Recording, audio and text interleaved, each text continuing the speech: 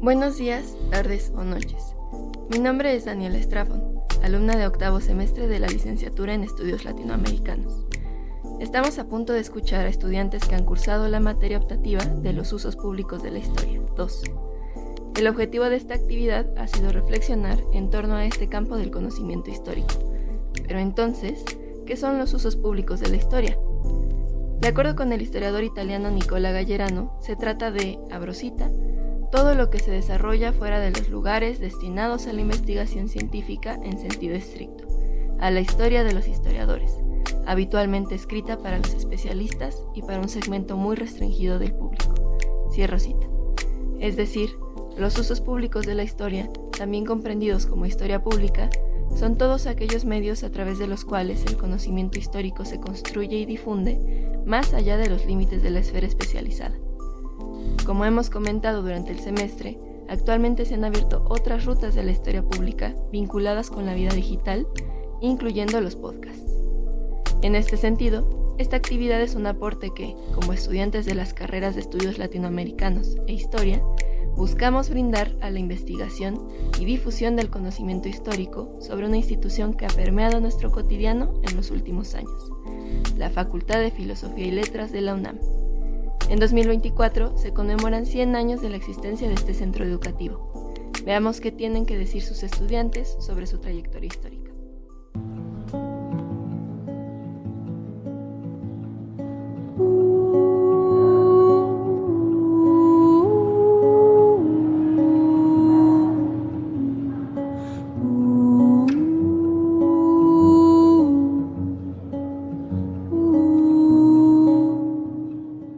En uno de los muros de la Facultad de Filosofía y Letras de la UNAM, emerge desde un retrato blanco y negro el rostro de Adrián Chagoya.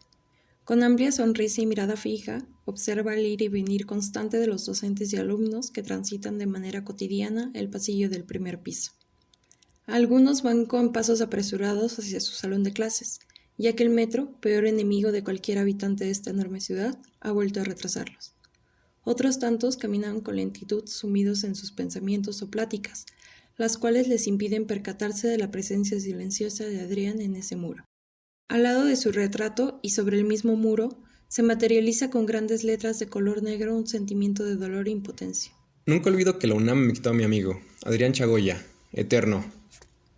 Estas son las respuestas que dieron los amigos y familiares de Adrián Chagoya al comunicado emitido por las autoridades del plantel, quienes el mismo día de su muerte, y sin esperar los resultados de la fiscalía, declararon en un comunicado que el deceso de Adrián fue a causa de un accidente. No, Adrián no murió por un accidente.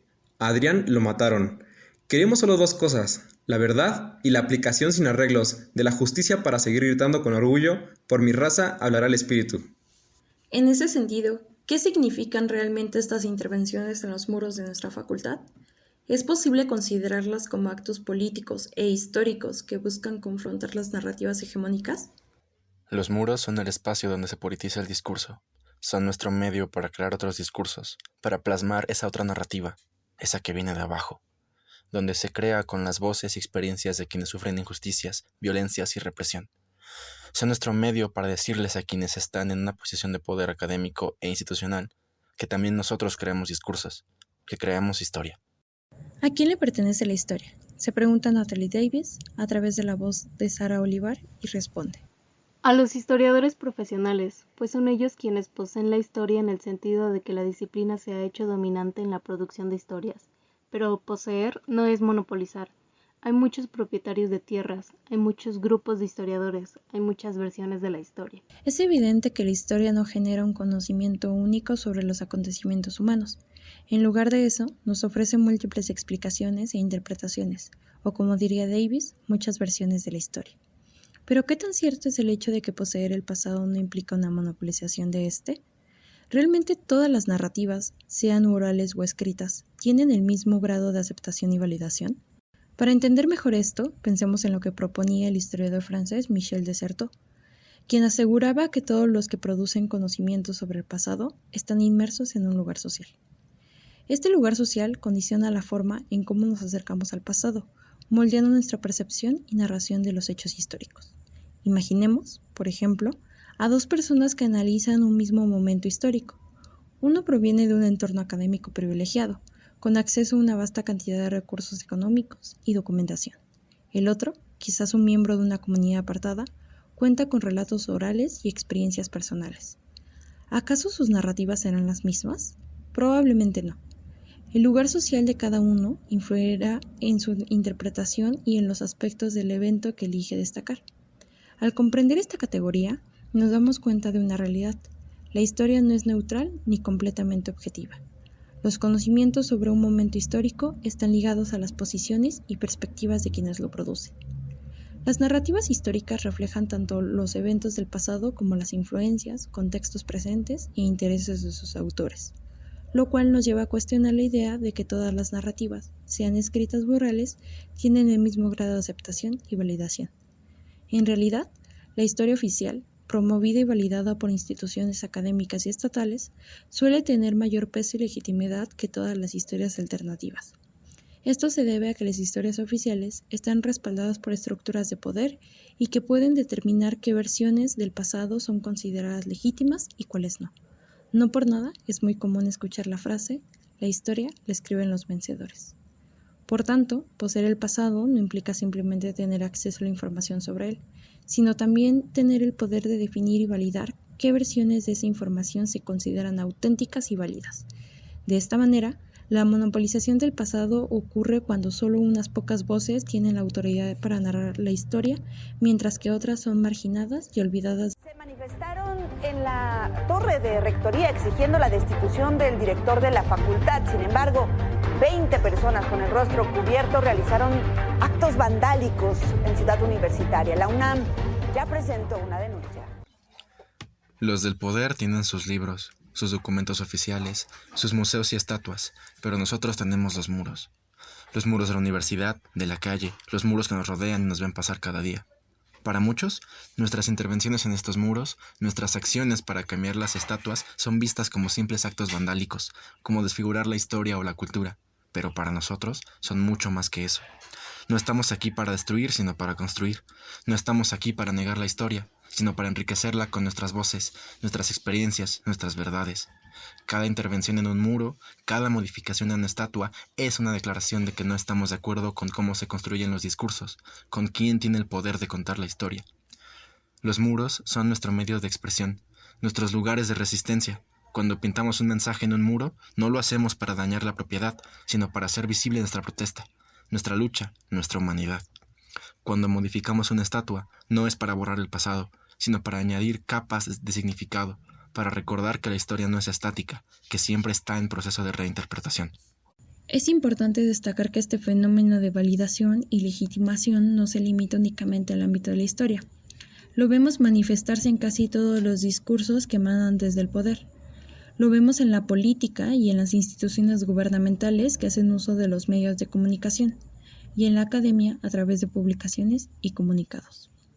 En este escenario, ciertos discursos son promovidos y validados, mientras que otros son marginados e incluso criminalizados. Esta disparidad en la validación de discursos deja a muchas voces sin un espacio para expresarse y compartir sus experiencias. Por ello, y ante la falta de recursos o la ausencia de medios dispuestos a escuchar sus relatos sin prejuicios, algunas personas se ven obligadas a buscar otras formas de expresión. Es aquí donde los muros emergen como una poderosa herramienta de resistencia, denuncia, lucha y memoria. Si me matan, si es que me encuentran, llénenme de flores, cúbranme de tierra, que yo seré semilla para las que vienen, que ya nadie nos calla, ya nada nos contiene. A un costado de la escalera principal de la planta baja, la naturaleza, quizás metáfora de un discurso, se ha apropiado nuevamente del espacio. Un fondo color verde ha sustituido el imperturbable, recto y académico blanco de los muros de la facultad. El verde resalta la figura de una mujer, de cuyo cabello largo y castaño emanan brotes de plantas. Sus ojos, enmarcados por unas ligeras arrugas, miran hacia un costado. Quizás por la prisa o la indiferencia, muchas personas no se detienen a mirar con atención los elementos que las rodean. Sin embargo, aquellos que lo hacen pueden notar que además de estar rodeada de plantas y mariposas, la figura de Herminia Valverde está acompañada de mensajes que recuerdan y nombran su lucha. Herminia no murió, la negligencia la mató. Este es uno de los múltiples mensajes que acompañan la intervención dedicada a Herminia Valverde, madre de Mariela Vanessa, una joven estudiante de letras hispánicas que desapareció el 27 de abril de 2018 cuando se dirigía hacia la Biblioteca Central. Tras buscarla durante 5 años sin ninguna ayuda de la UNAM ni de la Secretaría de Seguridad, Herminia falleció el 21 de mayo del 2023 sin haber encontrado a su hija. Un día después de su fallecimiento, un mensaje escrito por las autoridades de la facultad fue posteado en todas las redes sociales. En este, lamentaban el acontecimiento, enviaban consuelo a la familia y reiteraban el anhelo de encontrar con vida a Mariela Vanessa. Sin embargo, es importante mencionar que, al parecer, fueron estas mismas autoridades las que, al momento de su desaparición, negaron la ayuda a los familiares de nuestra compañera, y quienes posteriormente, además de revictimizar a Mariela por su desaparición, borraron el registro que la acreditaba como parte de la comunidad estudiantil. Aunque después de 5 años, el rector en turno, Enrique Graue, intentó ofrecer una disculpa pública a los familiares de Mariela, señalando que dicha disculpa era por lo que debimos hacer y no hicimos o hicimos insuficiente, Herminia nunca pudo escucharla. El rector, en un acto que reveló más indiferencia que intención de reconocer la responsabilidad de la UNAM, optó por postergar indefinidamente la disculpa. Mientras que el discurso emanado desde una posición de poder jamás quiso reconocer la lucha que Herminia enfrentó por encontrar a su hija, ni mucho menos asumir la responsabilidad que las autoridades tenían en este caso, colectivos pertenecientes a la facultad comenzaron a organizar una intervención en honor a Mariela Vanessa y a su mamá, Herminia Valverde. En este sentido, podemos entender por qué la intervención de los muros es también un acto de lucha y resistencia. Son lugares donde aquellos cuyas voces han sido históricamente marginadas encuentran un medio para hacerse escuchar y visibilizar sus realidades. Los muros se convierten en testigos silenciosos de la resistencia de aquellos que se niegan a ser silenciados y que luchan por su derecho a narrar su propia historia. Estas acciones nos invitan a cuestionar las narrativas oficiales, a recordar a las víctimas y a resistir frente a las injusticias. Las intervenciones en los muros desafían el monopolio del pasado, proponiendo una historia que emerge desde abajo, desde las experiencias y luchas de quienes han sido relegados al margen. Al plasmar mensajes, relatos, retratos y demandas en los muros de la universidad, los estudiantes y colectivos no solo denuncian las injusticias, sino que también crean un espacio de memoria colectiva y resistencia. Recordar a figuras como Adrián Chagoya, Mariela Vanessa y Herminia Valverde a través de estas intervenciones es una forma de mantener viva su lucha y de exigir justicia. En última instancia, estos muros intervenidos nos recuerdan que la historia no pertenece únicamente a los vencedores ni a las instituciones de poder. En última instancia, estos muros intervenidos nos recuerdan que la historia no pertenece únicamente a los vencedores ni a las instituciones de poder. La historia también es construida por aquellos que resisten, por quienes utilizan los espacios públicos para expresar sus verdades y mantener vivas las memorias que otros prefieren olvidar. En cada trazo y en cada palabra pintada, se construye y preserva la memoria, se confronta la injusticia y se mantiene viva la esperanza de un cambio. Que suenen los cantos como un manto tibio, curándonos la herida de lo que hemos perdido, y que un grito cual trueno nos arranque del duelo, nos han quitado. Soy Laura Vázquez Noches, estudiante del Colegio de Historia. Agradezco a quien me acompañó a lo largo de este podcast, el cual nació gracias a una serie de reflexiones llevadas a cabo en el curso de Usos Públicos de la Historia, impartido por la profesora Cristina Sánchez Parra. Tradicionalmente, los usos públicos de la historia han respondido a los intereses de sujetos que ocupan posiciones de poder. La búsqueda de la unidad nacional, la homogenización de un discurso, la consolidación de una memoria histórica, fueron los principales objetivos de la historia pública.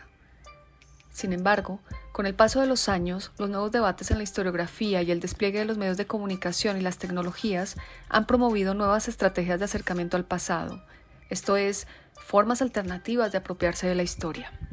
De esta manera, las herramientas de los usos públicos de la historia, otrora destinados a la narrativa oficial, ahora son usados por organizaciones desde abajo para construir contranarrativas.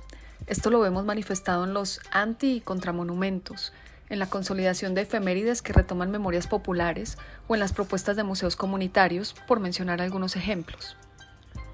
Esto evidencia la apropiación y resignificación que la gente común puede hacer de la historia. Precisamente ese fue el reto que, como profesora de la asignatura de temas selectos de historia del Colegio de Estudios Latinoamericanos, le planteé a los estudiantes inscritos que encontraran un tema y construyeran un relato que sumara a la conmemoración del centenario de la Facultad de Filosofía y Letras. Soy Cristina Sánchez Parra y espero que estas breves narrativas hayan suscitado reflexiones y aportado a la polifonía de una historia que debe contarse desde la diversidad que nos caracteriza como facultad.